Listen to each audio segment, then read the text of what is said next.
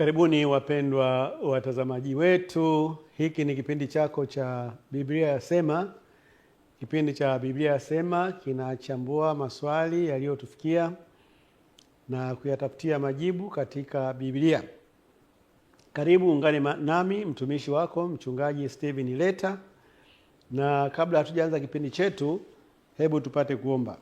Baba yetu mwema wa mbinguni, tunakuja tena miguuni pako tukiomba uongozi wako katika kukiendesha kipindi hiki, na majibu yanayokwenda kutolewa yakaweze kuwa msaada kwa mtazamaji wetu, yakamsaidie kufanya maamuzi sahihi ili hatimaye akapate kuokolewa. Ndilo ombi letu katika jina la Yesu Kristo. Amina. Basi tusomee swali la kwanza. Swali linauliza, je, kanisa linahusianaje na mwili wa Kristo na ni nani anayemiliki kanisa? Asante sana mpenzi mtazamaji wetu uliyeuliza swali hilo. Nafikiri swali hilo ni la muhimu hata kwetu sisi watazamaji kuweza kulifahamu. Huyu rafiki yetu anataka kujua kanisa linahusianaje na mwili wa Kristo na ni nani anayemiliki hilo kanisa. Sasa majibu ni kama ifuatavyo. Kristo ndiye anayemiliki kanisa kwa kuwa ndiye aliyelinunua. Alinunua pale alipokufa msalabani. Hiyo ikawa kama mahari inayompa uhalali wa kuwa mume wa hilo kanisa. Kanisa ni bibi harusi ambaye hivi karibuni atafunga pingu za maisha na Kristo mumewe. Matendo 20:28 Biblia inatuthibitishia kwamba Yesu ndiye mmiliki wa kanisa. Jitunze nafsi zenu na lile kundi lote nalo ambalo Roho Mtakatifu amewaweka ninyi kuwa waangalizi ndani yake, mpate kulilisha kanisa lake Mungu alilolinunua kwa damu yake mwenyewe. Kwa hiyo kanisa ni mali ya Mungu na alilinunua kwa damu yake yeye mwenyewe. Na tunapozungumzia kanisa tunazungumzia wanadamu, mimi na wewe ndio tunaounda hilo kanisa. Na maana ya kununua ni kwamba tuliumbwa tukiwa na mfano wake Mungu, tukiwa watiifu wa maagizo yake, lakini hapo katikati shetani akaingilia kati, akatupokonya mikononi mwa Mungu, ikamlazimu Yesu kuja kutununua tena kwa mara ya pili kwa kifo chake pale msalabani. Kwa hiyo sasa anatumiliki na yeye ndiye muasisi wa kanisa. Katika Isaya 54 fungu la 5 Biblia inafafanua ile dhana ya kwamba sisi tumeolewa na Kristo na kwamba Mungu ndiye mume wetu, kwa sababu muumba wako ni mume wako. Bwana wa majeshi ndilo jina lake, na Mtakatifu wa Israeli ndiye mkombozi wako. Yeye ataitwa Mungu wa dunia yote. Kwa hiyo uelewe ni kwa nini nilisema wakati fulani kwamba kanisa limenunuliwa na kwamba ni kama mahari imetolewa na linasubiri tu kufungiwa pingu za maisha, na mwenye kuoa mwenyewe ni Yesu Kristo mwenyewe. Katika Ufunuo 19 fungu la 7 hadi la 9 Biblia inasema, na tufurahi tukashangilie tukampe utukufu wake, kwa kuwa arusi ya mwana kondoo imekuja na mkewe amejiweka tayari, naye amepewa kuvikwa kitani nzuri ing'arayo safi. Kwa maana kitani nzuri hiyo ni matendo ya haki ya watakatifu. Naye akaniambia, andika, heri walioalikwa karamu ya harusi ya mwana kondoo. Akaniambia, maneno haya ni maneno ya kweli ya Mungu. Kwa hiyo kuna harusi inakwenda kutokea hapo mbeleni kidogo. Mwana kondoo analioa kanisa.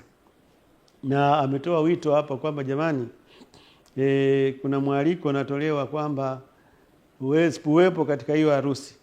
Na unakuwepo pale sio kama mtazamaji au mpiga picha, wewe ndio utakayekuwa unaolewa. Kwa hiyo ni fursa ambayo hutakiwi kuikosa wakati kanisa linapoolewa na mwana kondoo. Ili kutoa ufafanuzi wa namna kanisa linavyofanya kazi, Biblia imelifananisha kanisa na mwili wa mwanadamu. Mwili wa mwanadamu una viungo vingi vinavyotegemeana kama waumini nao wanavyotegemeana. Viungo hivi vyote vinaongozwa na kuratibiwa na kiungo kimoja kinachoitwa kichwa au ubongo ulio katika hicho kichwa. Kwa hiyo mwili umefananishwa na kanisa. Maana huyo ndugu anataka kujua kwamba kuna sababu gani ya kulinganisha kanisa la Kristo na mwili wa Kristo.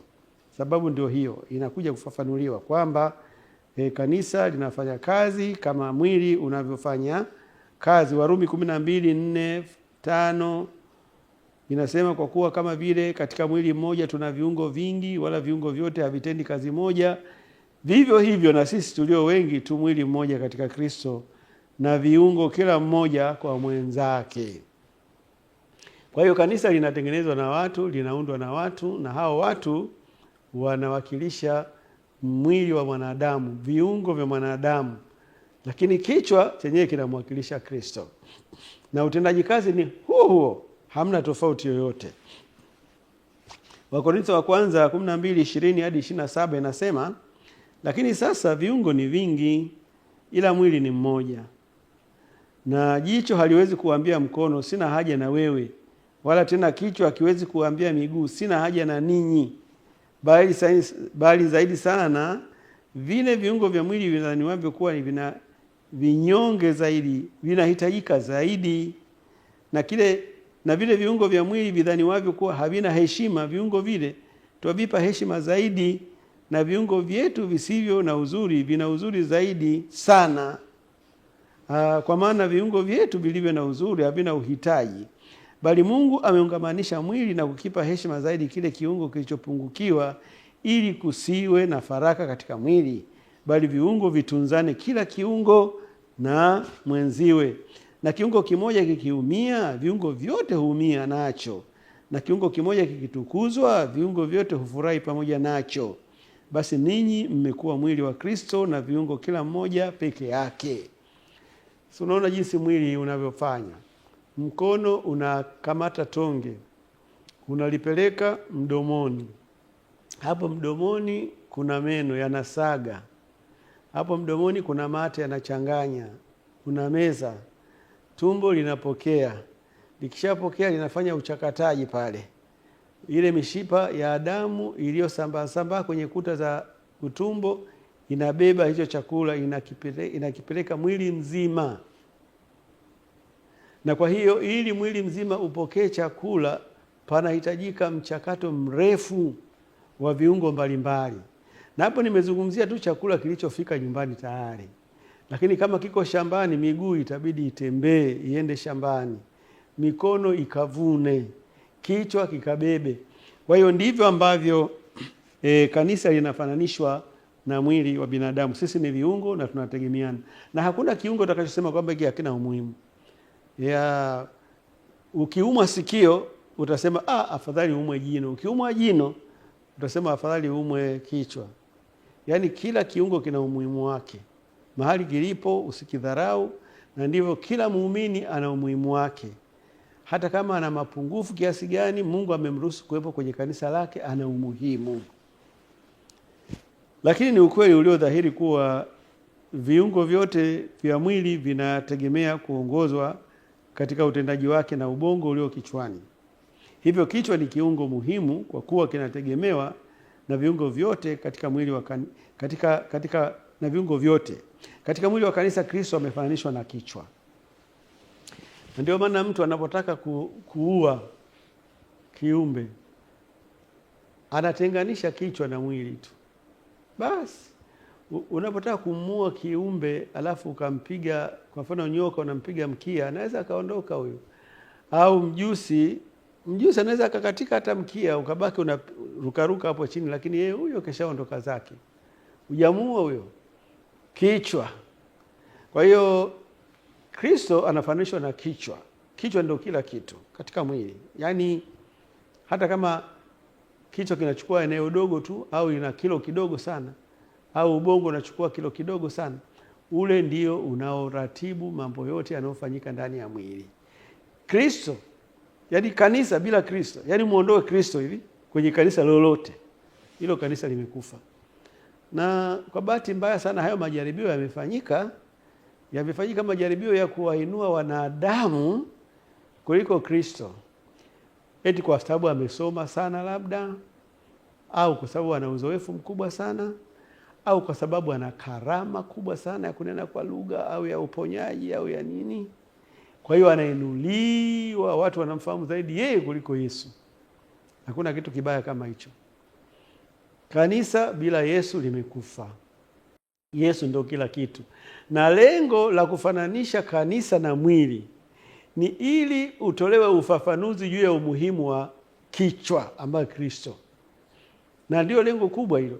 Hasia haimaanishi kwamba hivyo viungo havina umuhimu, vimetajwa umuhimu wake, vyenyewe kwa vyenyewe vinategemeana, lakini aliye top kabisa ya viungo vyote ni kichwa, kwa sababu ndio kinachoratibu. Na shetani akitaka kulipiga kanisa, haendi kumpiga muumini wa kawaida mdogo mdogo, anapiga pale juu. Shetani alimpiga Yesu, japo Yesu anasema yeye atanipiga kisigino, lakini mimi namtwanga kichwa. Kwa hiyo kwenye kichwa sio kwenye uhai. Kwa hiyo shetani anaonekana hivi kama ana nguvu. Huyo kishaliwa kichwa kishaenda, yupo tu hapo anajibaraguza tu, lakini wenye akili zao wanaojua vizuri wanajua hapa hamna kitu, amekata moto. Kwa sababu katika hiyo vita Yesu alilenga kichwa cha shetani akambomoa. Shetani alimgonga tu kwenye visigino, ndio unaona anahangaika pale msalabani, Mungu wangu mbona umeniacha hivi na hivi, lakini mwisho wa yote Yesu ndio akaibuka mshindi.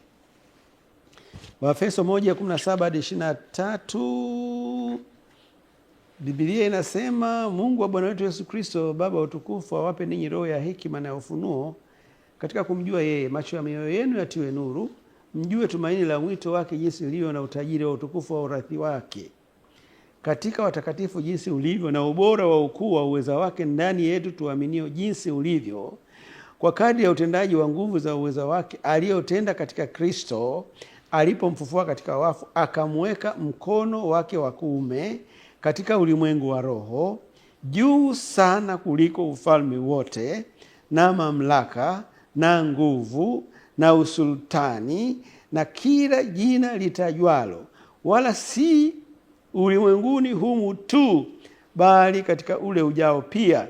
Akavitia vitu vyote chini ya miguu yake, akamweka awe kichwa juu ya vitu vyote kwa ajili ya kanisa, ambalo ndio mwili wake, ukamilifu wake, anayekamilika kwa vyote katika vyote. Yesu ndio kila kitu. Kanisa bila Yesu hamna kitu. Ni washauri wapendwa, watazamaji wangu, ninyi mnaohudumu katika makanisa, ninyi mliopewa karama mbalimbali katika kanisa, mnawatumikia watu wengi sana wamekuja kwa Yesu kupitia kwenu, maana ninyi mlimtambulisha Yesu kwanza kwao. Lakini hatari ninayoiona ambayo mnatakiwa kuwa makini nayo ni kuwabakisha kwenu badala ya kuwafikisha kwa Yesu.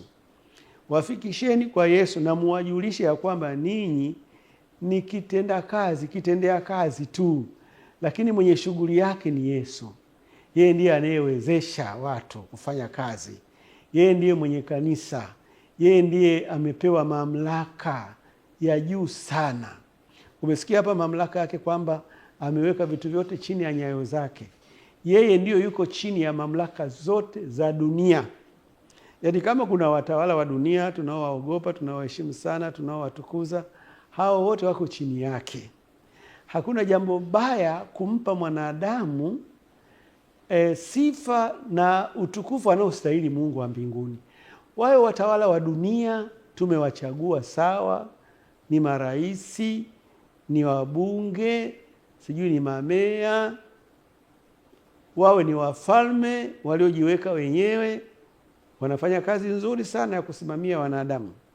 Na Mungu amesema tuwape heshima hao watu, kwa sababu ni yeye amewachagua na wanafanya hiyo kazi kwa niaba yake. Lakini mtambue mistari ambayo hamtakiwi kuivuka. Heshima ibaki tu ile heshima ya kiongozi ambaye ni mwanadamu.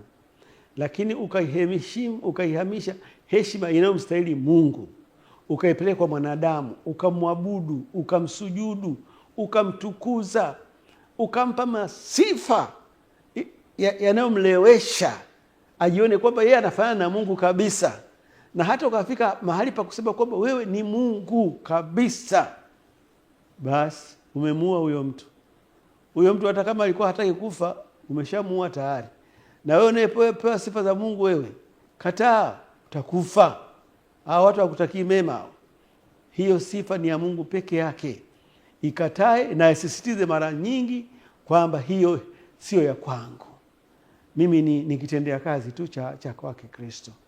Na nikwambie kitu moja ya vitu ambavyo Mungu vinamkera, havimbariki, ni kuona viumbe aliowaumba badala ya kuelekeza sifa kwake yeye, anaelekeza kwa viumbe wengine ambao hao nao ni yeye anayewapatia uwezo wa kufanya hayo wanayosifiwa nayo, na ya kwamba muda wote akitaka tu wafikie mwisho wa maisha yao anaweza kufanya hivyo, na hashtakiwi na mtu yoyote.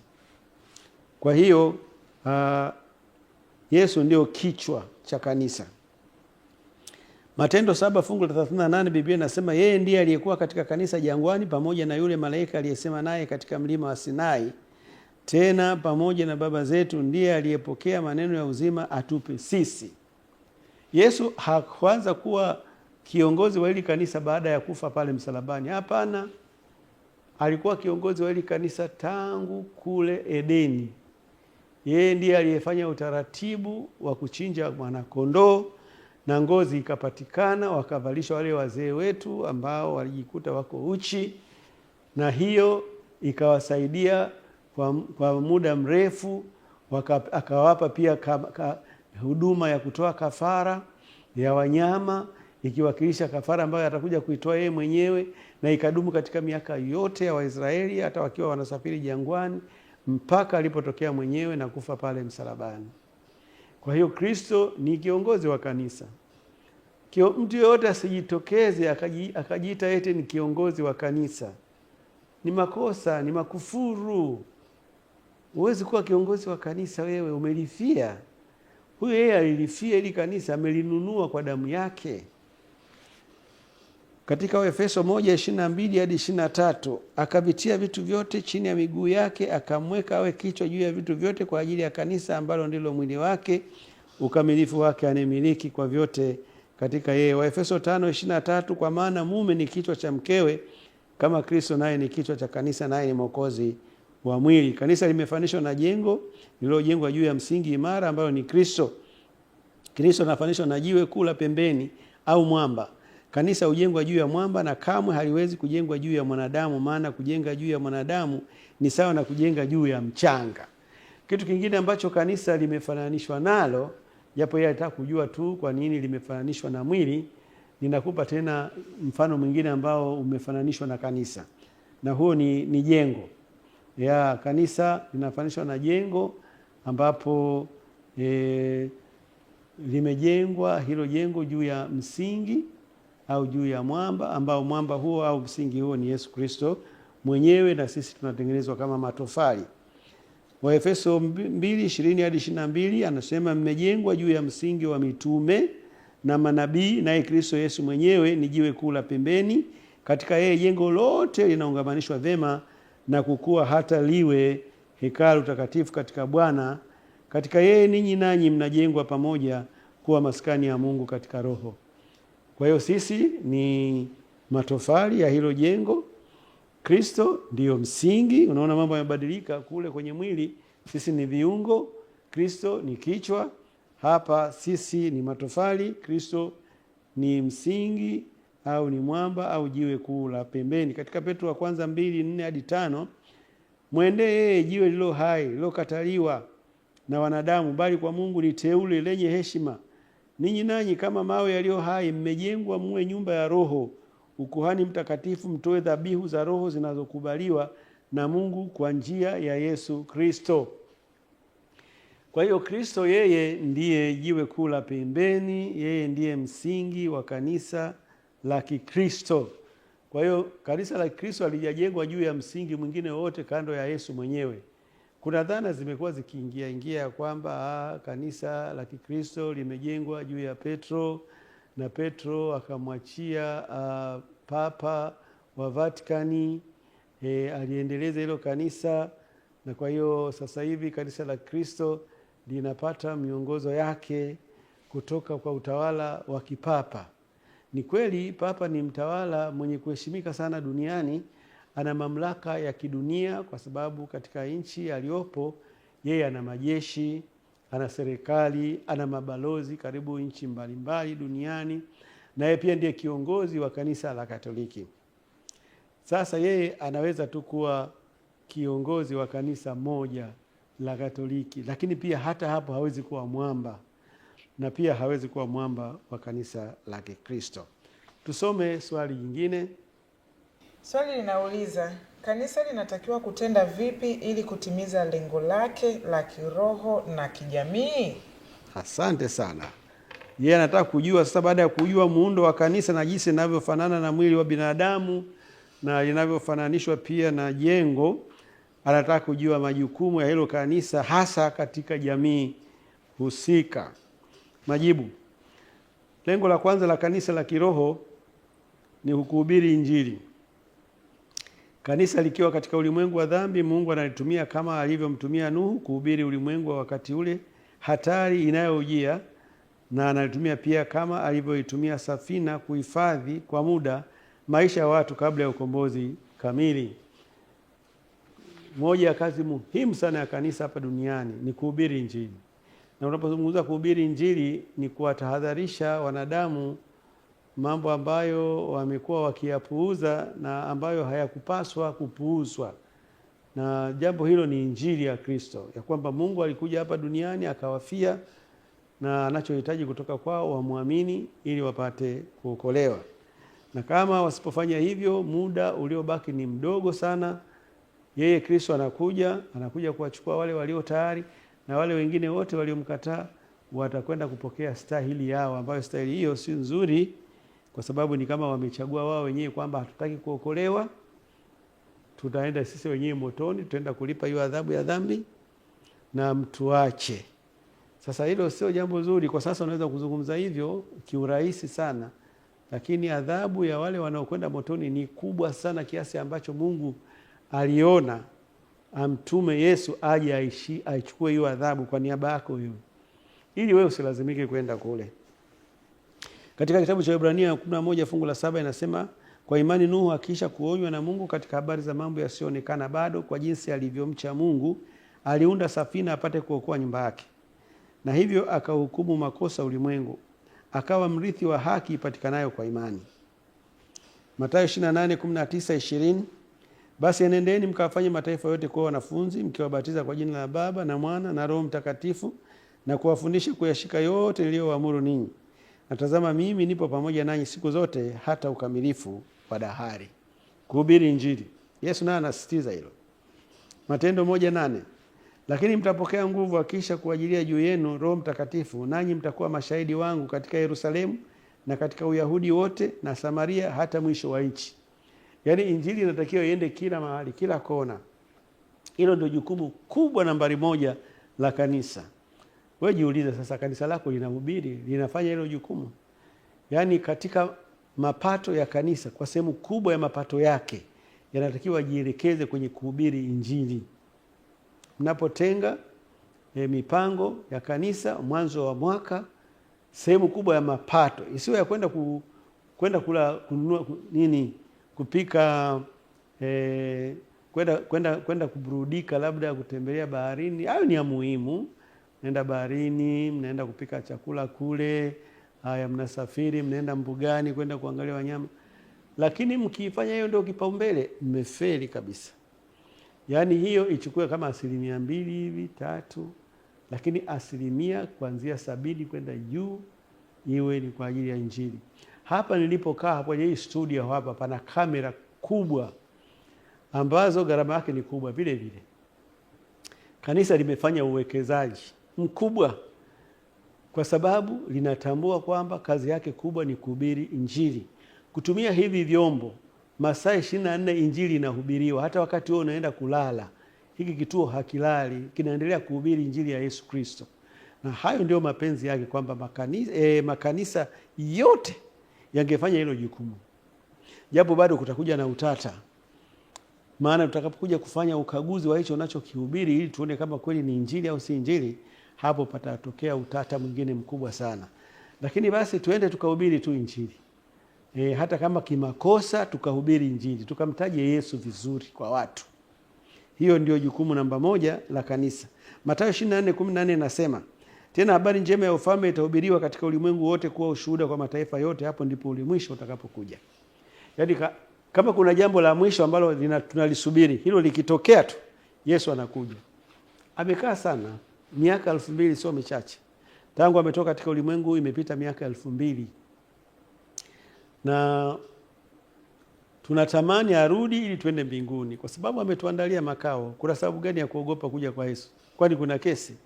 Yeye kesi yote si alimaliza? Kama ni adhabu si alipata yeye pale msalabani kwa niaba yetu? Na kama ni kifo si alikufa kwa niaba yetu? Sasa tuwe na wasiwasi ya nini? Yeye ni rafiki yetu, amesema mwenyewe naenda kuandalia makao, nikienda basi nitarudi niwachukue ili nilipo mimi na nyinyi muwepo. Lakini hilo jambo linashindikana kwa sababu injili haijahubiriwa, na hasa injili hii tunayohubiri hapa. Nitakufafanulia vizuri, usiwe na haraka. Ufunuo 14 fungu la 6 hadi la 7, Biblia inasemaje? Kisha nikaona malaika mwingine akiruka katikati ya mbingu, mwenye injili ya milele, awahubiri hao wakao juu ya nchi na kila taifa na kabila na lugha na jamaa, akasema kwa sauti kuu, mcheni Mungu na kumtukuza, kwa maana saa ya hukumu yake imekuja. Msujudieni yeye aliyezifanya mbingu na nchi na bahari na chemchemi za maji. Sasa injili ya kweli lazima iende na maonyo, kuwaonya wanadamu juu ya ukengeufu uliofanyika. Labda nitumie neno wanadamu hapa duniani wamekuwa watundu vya ajabu sana. Wamefanya hujuma, wamehujumu mpango wa Mungu. Sasa hivi mpango wa Mungu unaenda unalegea hivi. Unalegea wakati ambapo itakiwa umekaza kabisa hivi, watu wote wanajua vizuri. Kwani Yesu alikuja kufanya nini hapa duniani? Alikuja kutuokoa wanadamu. Kwani hatuokoe? Kwani si wenyewe tulikuwa hatuwezi kujiokoa? Tulikuwa hatuwezi kujiokoa. Sasa alifanya huo wokovu? Alifanya. Alikamilisha au kuna kitu kimebaki? Alikamilisha. Sasa kama alikamilisha, mbona bado tuko hapa? Tuko hapa kwa sababu Roho Mtakatifu ameachia awamu ya kutukamilisha. Tabia tulizonazo tukienda nazo mbinguni tutapata nazo shida. Kwa hiyo anasubiri tukamilike. Okay. Na kwa hiyo motoni tunaenda hatuendi tena. Tunaendaje motoni wakati yeye alishalipa tayari? Kwa hiyo tunatakiwa tufanye nini? Piga kazi, hubiri injili, watu waokolewe wengi, kwa sababu ile kazi aliyofanya sio ya watu wachache. Na sasa idadi ya watu waliompokea ni wachache. Idadi ya Wakristo duniani inakadiriwa kwa watu kama bilioni 2 hivi, labda inakimbilia kwenye bilioni 2.5 kati ya wakazi bilioni 6 wa dunia. Hivi ile biashara Yesu aliyofanya pale msalabani ni kwa ajili ya watu bilioni 2, na katika hao bilioni 2 wengine ni tia maji. Kwa hiyo kazi ni kama bado sana. Na kwa nini injili haijahubiriwa? Na haijahubiriwa kwa sababu gani? Kuna watu wamefanya utundu, wamefanya nini? Wamefanya hujuma. Na ndio maana huyu malaika, huyu anayefananishwa na malaika ni watumishi wa Mungu. Hii kazi ninayofanya mimi hapa ndio hiyo inayotajwa malaika alionekana akiruka katikati ya mbingu, mwenye injili ya milele. Anasema saa ya hukumu imefika. Wapendwa, kwa wale waliofanya hiyo hujuma, saa yao ya hukumu imefika. Sasa ni muda wao wa kutubu na kurudi kwa Mungu na kumpigia magoti na kukubali kwamba amewakosesha watu wengi. Na wale waliokoseshwa sio kwamba na wao watakuwa wako salama. Wao pia ni wakati wao wa kuelekezwa kwamba Bwana, hiyo njia ulioelekezwa sio hiyo, mbona inaenda motoni hiyo? Hujaiona? Sijaiona. Inaenda motoni hiyo. Mbona mimi niliambiwa hii ndio yenyewe? Ngamba hiyo sio yenyewe. Njoo hapa tusome maandiko. Mungu alishasema ufanye hivi na hivi. Hiyo ni wanadamu wamekufanyia uhuni hapo. Kwa hiyo hii ndio injili ambayo inatakiwa iende duniani kote. Yaani kama saa hizi tungeshirikiana dunia nzima, tunaunguruma na hii Injili, Yesu mbona huyo hapo, angeshatokea kitambo tu. Lakini bado hajakata tamaa, anajua kwamba hii Injili itahubiriwa, na kweli itahubiriwa.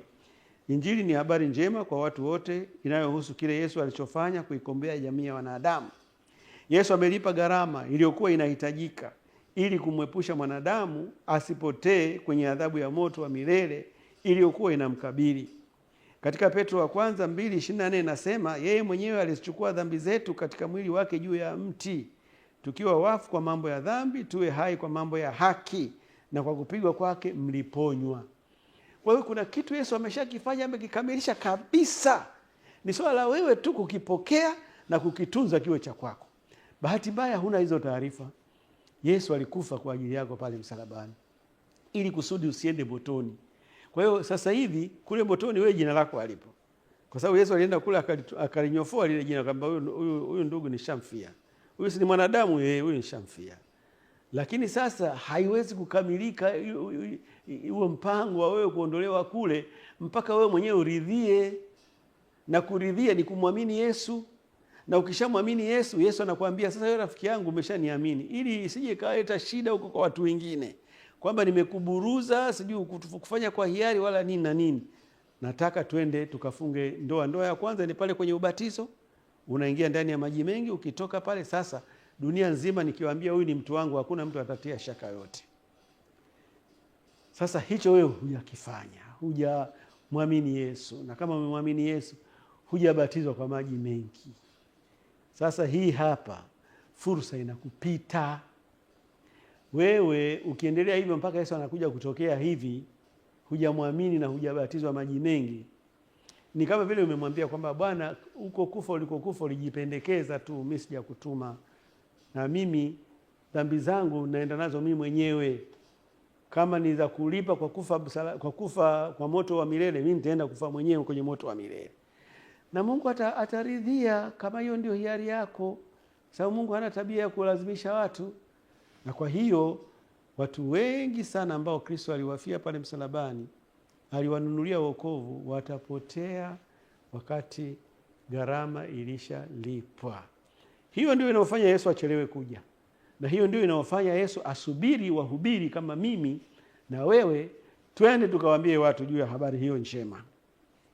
Warumi 8:7, kwa kuwa ile nia ya mwili ni uadui juu ya Mungu, kwa maana haitii sheria ya Mungu wala haiwezi kutii. Jambo jingine ambalo wanadamu wamekuwa wakihangaika nalo ni hili. Wamekuwa wakijaribu kutii sheria na amri za Mungu na maagizo yake mengine kwa kutumia nguvu na jitihada zao wenyewe. Sio kwamba kutii sheria ni kitu kibaya. Mungu ndio aliyetoa hizo sheria. Mungu ndiye aliyetoa hayo maagizo kwamba mkafanye hivi, mkafanye hivi, msifanye hivi, msifanye hivi, msifanye hivi. Lakini Mungu wakati anatoa hayo maagizo alikuwa anajua kwamba wewe huna uwezo wa kutii. Na kwa hiyo alitarajia umwambie, Bwana, sasa nifanyeje? Kwa sababu mimi uwezo wa kufanya hayo ulioniagiza mbona sina. Anakupa uwezo. Kwa hiyo watu wengi wamekatalia kwenda kwa Yesu awapatie uwezo wa kushika sheria zake, uwezo wa kutii maagizo yake. Wanafanya kwa jitihada zao wenyewe. Hawa nao wamepotea. Yaani wasipobadilika, ile kafara ya Kristo pale imekwenda bure. Ile gharama iliyolipwa imepotea. Tusome katika kitabu cha Warumi sura ya 8 fungu kuanzia la 3 hadi la 4. Biblia inasema, maana yale yasiyowezekana kwa sheria, kwa vile ilivyokuwa dhaifu kwa sababu ya mwili, Mungu kwa kumtuma mwanawe mwenyewe katika mfano wa mwili ulio wa dhambi, na kwa sababu ya dhambi alihukumu dhambi katika mwili, ili maagizo ya Torati yatimizwe ndani yetu sisi tusioenenda kwa kufuata mambo ya mwili, bali mambo ya Roho. Hii inatufundisha kwamba ufumbuzi wa tatizo la sheria umepatikana. Tutaenda kwa mapumziko, na nitakaporejea nitakuja kufafanua vizuri huo ufumbuzi wa lile tatizo la sheria umepatikana vipi. Tulia hapo hapo ulipo, tutarudi tena.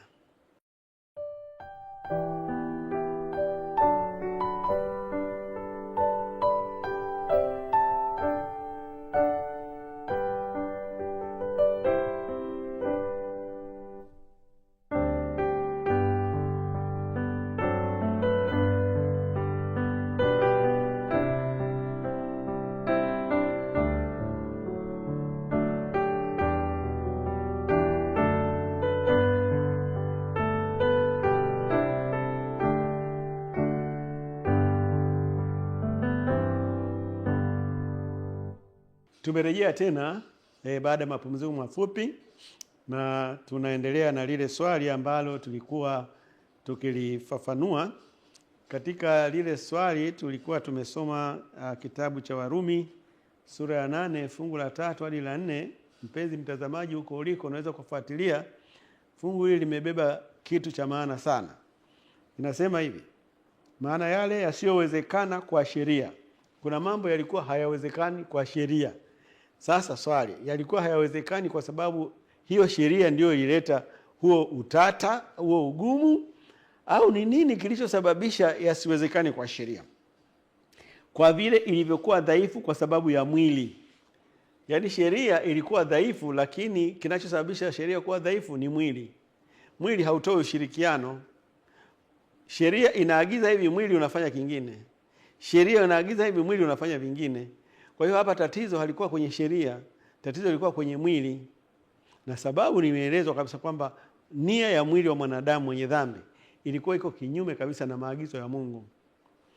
Na sasa anaendelea, anasema Mungu alichoamua ni nini? Mungu kwa kumtuma mwanawe mwenyewe katika mfano wa mwili ulio wa dhambi. Yesu alitumwa hapa duniani akiwa katika mfano wa mwili wa dhambi. Elewa hilo jambo vizuri. Na hiyo ndio ilikuwa sababu ya Mungu kumtuma Yesu kuja hapa duniani, au chukue mwili wa dhambi ambao mimi na wewe tunao, unaotuletea usumbufu, unaotufanya tushindwe kutii sheria za Mungu, ili aushughulikie kwamba hii changamoto inatokea wapi, na aweze kukarabati na kuturejeshea ukiwa umekarabatiwa. Mungu kwa kumtuma mwanawe mwenyewe katika mfano wa mwili ulio wa dhambi, na kwa sababu ya dhambi alihukumu dhambi katika mwili. Sikia vizuri hapo. Anaihukumu dhambi, si ikiwa kule mbali kule iliko huko. Dhambi inahukumiwa kwenye huu mwili wenye matatizo. Na hapa anapozungumza alihukumu dhambi, maana yake alihukumu ile sheria ya dhambi. Kumbuka Paulo ameizungumza sana hiyo sheria ya dhambi. Sheria ya dhambi ni ile kanuni inayokufanya wewe ushindwe kutenda mema, hata kama yale mema unatamani sana kuyatenda. Mgogoro ambao Paulo alikutana nao kwenye kitabu cha Warumi sura ya 7. Sasa Biblia hapa imeitaja hiyo kwamba alikwenda Kristo alipochukua ule mwili wenye mfano wa mwili wetu wa dhambi, akaenda akaihukumu dhambi katika mwili. Na sasa kilichotokea ni nini? Ili maagizo ya Torati yatimizwe ndani yetu sisi, tusiwe nenda kwa kufuata mambo ya mwili, bali mambo ya Roho. Kuna kitu kimefanya pale, kimeleta mabadiliko kabisa. Badala ya sisi kufuata mwili ambao mara zote ulikuwa unatufanya kuwa maadui wa sheria, sasa sisi tunafuata Roho. Yaani kuna mabadiliko yamefanyika kwenye akili zetu huko, kwamba nia yetu sasa ina mahusiano na Roho Mtakatifu. Badala ya kufuata mwili unachotaka, na mwili ulikuwa unataka nini? Uende kinyume na agizo la Mungu, uende kinyume na sheria za Mungu. Sasa Roho Mtakatifu analiongoza nia yetu tuweze kutii maagizo yale ya Torati. Sasa kuna watu wako bado utumwani, wanaendelea kuamini ya kwamba mwanadamu mwenye asili ya dhambi hawezi kuitii sheria, hawezi kutii maagizo ya Mungu. Hilo jambo lilikuwa kule nyuma kabla Kristo hajaufia mwili huu wa dhambi. Lakini alipofia huu mwili wa dhambi pale msalabani, kuna kitu kimetokea ambacho sisi wote itakiwa tutoke barabarani tuanze kushangilia kwamba angalau step moja tayari tumeshatoka. Unajua kutoka kule tulikokuwa ni parefu, lazima tuende kwa hatua. Kwa hiyo hatua ya kwanza imewezekana. Sasa mwanadamu ana uwezo wa kutii maagizo ya Mungu. Mwanadamu ana uwezo wa kutii maagizo ya Mungu. Kanisa linalowakilishwa na malaika watatu warukao juu ya nchi litakuwa na wajibu wa kuonya ulimwengu uachane na mpango haramu wa kufanyia mabadiliko sheria za Mungu zisizoweza kubadilishwa, badala yake ujikite katika kutambua na kuthamini Injili ya Yesu Kristo. Unajua, ni jambo la kushangaza kwamba Kristo amekuja duniani ili kutatua mgogoro kati ya sheria na mwili wa dhambi wa mwanadamu. Kwani kulikuwa na mgogoro gani? Mwili wa dhambi wa mwanadamu ulikuwa unashindwa kutii zile sheria. Okay, ametatuaje? Ameiondoa sheria? La hasha.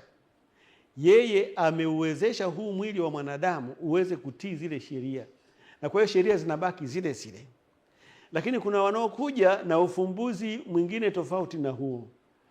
Wanadai hivi, hizi sheria kwa sababu ndio zinamletea mgogoro mwanadamu, tuziondoe. Na kama haiwezekani kuziondoa zote kabisa, tuzipunguze. Baadhi tuziondoe, baadhi tuzibakize. Na baadhi ya zile tunazozibakiza pia tuzibadilishe kidogo. Ziongee kitu tofauti na kile ilichokuwa inaongea hapo nyuma. Na hayo mambo yamefanyika. Wanadamu wameketi, wamebadilisha sheria, wameondoa sheria. Sheria ya Sabato imeondolewa. Sheria inayosema ikumbuke siku ya Sabato itakase haipo katika makanisa mengine, na ukiwasomea wanashangaa sana kwamba hii umetoa wapi tena, wakati umetoa kwenye hiyo Biblia. Sababu ni kwamba baada ya kuiacha ile amri ya Mungu, wameweka siku nyingine ya kumwabudu Mungu, wakidai kwamba ni huyo aliyeziumba mbingu na nchi. Lakini Biblia inakataa kwamba huyo Mungu anayeabudiwa baada ya hayo mabadiliko sio yule aliyeumba mbingu na nchi, kwa sababu aliumba mbingu na nchi anaabudiwa katika siku ya 7 ya juma, Jumamosi. Kwa hiyo lile kanisa linaloweza kusimama leo likakemea hilo jaribio lililofanyika la kubadilisha sheria, hiyo ndio inawakilishwa na malaika watatu. Na sio makanisa yote yanaweza kuwa na ujasiri huo, kwa sababu makanisa yaliyohusika kufanya hiyo hujuma hawawezi wao wenyewe kujihukumu, kusema kwamba tulikosea. Lakini kama wanaweza kusema hilo, itakuwa vyema sana, nao watakuwa wamejiunga na wale wanaohubiri injili ya malaika watatu. Na kwa hiyo leo kuna wale wanaoamini ya kwamba ili uweze kushika sheria za Mungu ni lazima uzibadilishe kwanza. Lakini kuna wale wanaoamini kwamba ili uweze kuzishika sheria za Mungu unabadilisha nia ya mwanadamu, na hicho kitu kimeshafanyika na Yesu tayari, ni swala la wewe tu kulipokea. Lengo la pili la kanisa hili linalohubiri injili ya malaika watatu, au hata kanisa lolote tu duniani, maana nataka kujua jukumu la kanisa ya duniani ni nini. Nimemtajia la kuhubiri injili, hilo ni la kwanza, nimemaliza hivyo. Sasa tunaingia jukumu la pili la kanisa, ni kusaidia jamii kwa mahitaji yake ya kimwili, kiakili, kisaikolojia na ya kimahusiano. Kanisa limewekwa mahali lilipo ili kusaidia jamii husika kuyafurahia maisha kwa kuinasua kutoka mitego mbalimbali shetani aliyowanasa nayo. Kwa mfano, kanisa hili la Waadventista wa Sabato kupitia runinga hii hapa, ninyi ni mashahidi, inatoa mafundisho mengi tu, sio kwamba lazima yao ya kiroho. Wakati mwingine ni mafundisho ya familia, mafundisho ya afya, mafundisho ya elimu. Yaani linamwendea mtu kule aliko ili kujaribu kumnasua, kwa sababu shetani alitunasisha mahali pagumu sana. Kwa hiyo unatoa bolti moja moja, unafungua nati hii, unafungua na hii pale, unafungua na hiyo pale. Sasa kwenye jamii hili kanisa linafanya wajibu wake kikamilifu, kuifikia jamii na kuielimisha. Yohana wa kwanza 4 fungu la 20, Biblia inasema mtu akisema nampenda Mungu naye anamchukia ndugu yake ni muongo. Kwa maana asiyempenda ndugu yake ambaye amemwona hawezi kumpenda Mungu ambaye hakumuona.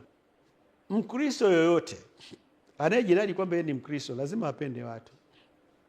Kama we ni Mkristo, watu wanakuona tu unatoka nyumbani kwako, unaenda kanisani, unarudi, unajichimbia hapo ndani, unatoka tena, unarudi, hujajihusisha katika changamoto za watu wanaokuzunguka, bado Ukristo wako na mapungufu sana. Kwa sababu kama we unadai kwamba unampenda Mungu, Mungu huyo ndio ameandika kwamba huwezi kumpenda Mungu usiyemuona, alafu hapa kuna binadamu unayemuona umemwacha. Kwa hiyo tunao wajibu wa mtu moja moja, lakini kama jumuiya ya kanisa kusaidia kuangalia mahitaji ya jamii inayotuzunguka na kuona namna ya kupunguza yale maumivu wanayoyapitia. Waraka wa kwanza wa Yohana 3:17 inasema, lakini mtu akiwa na riziki ya dunia kisha akamwona ndugu yake ni mhitaji akamzuilia huruma zake, je, upendo wa Mungu wakaaje ndani yake huyo? Yaani wewe Mungu anakuuliza, Mungu amekuuliza maswali mawili. Unampendaje yeye Mungu kuliko kumpenda mwanadamu? Wewe ni mnafiki, muongo. Halafu unadai wewe una upendo, lakini kuna mhitaji pale anahitaji tu labda yaani anahitaji tu dawa fulani hivi. Yaani kuna mtu ana mguu unaoza huko pale jirani yako, amekosa hela kwenda hospitali.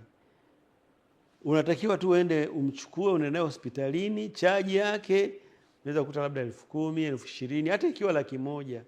Haiwezi kufananisha na mguu wake kuoza pale na kukatwa. Umefanya jambo la maana kabisa. Unaona? Kwa hiyo Biblia inasema kwamba huwezi tu ukaona jirani unaumwa, pole sana, Mungu akusaidie.